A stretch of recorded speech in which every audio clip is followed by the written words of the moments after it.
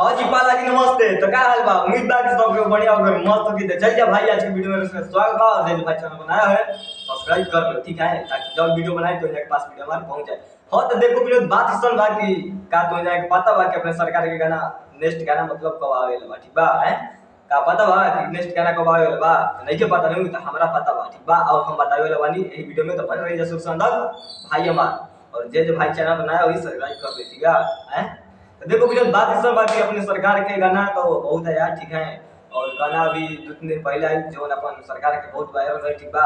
रुक जाओ विनोद, थोड़ा 1 मिनट रुक जा। हाँ तो देखो विनोद बात इस बात की अपने सरकार के जो भी गाना आता है वो तो मतलब ब्लास्टिंग ही हो जाता है। और सबसे बड़ा खुशखबरी विनोद, ठीक बा, बहुत जल्द अपने सरकार गाना आने वाला है। हाँ जगदेव बहुत जल्दी मतलब गाना आने वाला है अपनी सरकार के, ठीक बा है। बताओ तुम लोग, और पता है तुम लोग कौन कौन कंपनी से गाना आने वाला है अपने सरकार के? खाली बोल बमाने वाला है। 4-5 कंपनी है, 4-5 कंपनी से गाना आने वाला है अपनी सरकार के, ठीक बा है। बताओ विनोद इतना जल्दी जल्दी गाना, तो तुम लोग को पता है कि एग्रीमेंट खत्म होगा कि नहीं है? बताओ तुम लोग जल्दी कमेंट करके, ठीक है। बात इस तरह बात की अपने सरकार के अन्नपूर्णा फिल्म से गाना आवेला, ठीक बा, उस कंपनी से गाना। अनंता म्यूजिक वर्ल्ड से गाना आवेला, वो कंपनी से गाना आई, ठीक बा। आराध्या फिल्म से आवेला गाना, वो गाना आई, ठीक बा, वो कंपनी से गाना आ सकेला, ठीक बा। ग्लोबल जैक्सन म्यूजिक के मतलब ये गाना जो है फिलहाल में ग्लोबल जैक्सन म्यूजिक ले वो पर अभी गाना आवे वाला बा, ठीक बा। और खेसारी म्यूजिक वर्ल्ड वो गाना आई अपने सरकार के, खाली बोल बम मतलब इतना बोल बम दिखाई बा गाना। और तुम लोग से बता दें कि अपने भैया के सूत्र से पता चला कि इस सब गाना के पोस्टर जो बा, ठीक बा, बहुत ऐसे वायरल हो रहा और शूटिंग चल रहा बा अभी, ठीक बा। बोल बम की तैयारी चल रहा बा अपने सरकार के। देखो बिना बात इस बा कि अपने सरकार के जो नेक्स्ट गाना आने वाला है अनंत्या म्यूजिक वर्ल्ड से गाना आने वाला है, ठीक है। हाँ जगदेव, और 25 या 30 के मतलब बीच में गाना आने वाला है। 25, 27, 28, 29 मतलब यही 30 के अंदर में गाना आने वाला है अपने सरकार के। और आज या कल अपने सरकार के पोस्टर रिलीज हो जाएगी, ठीक बा। आज या कल गाना के पोस्टर रिलीज हो जाए अपने सरकार के। और बहुत बड़ा जानकारी ये देवे वाला बानी हो, ठीक बा। नामतिया म्यूजिक वर्ल्ड से गाना आ सकेला अपने सरकार, आ सकेला ना मतलब गाना आई, ठीक बा।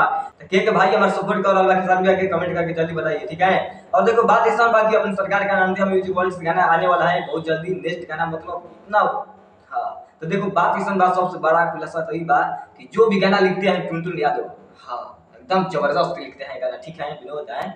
बताओ तुम लोग जो भी गाना लिखते हैं अपनी सरकार ने, टुनटुन यादव ने सरकार के देने के लिए गाना, गाना मतलब जो गाना देखा जाऊंगा लिखल तो सब गाने ही ट्रेंड करला, ठीक बा। बहुत गाना वायरल होला, कक मिलियन 100 मिलियन पार।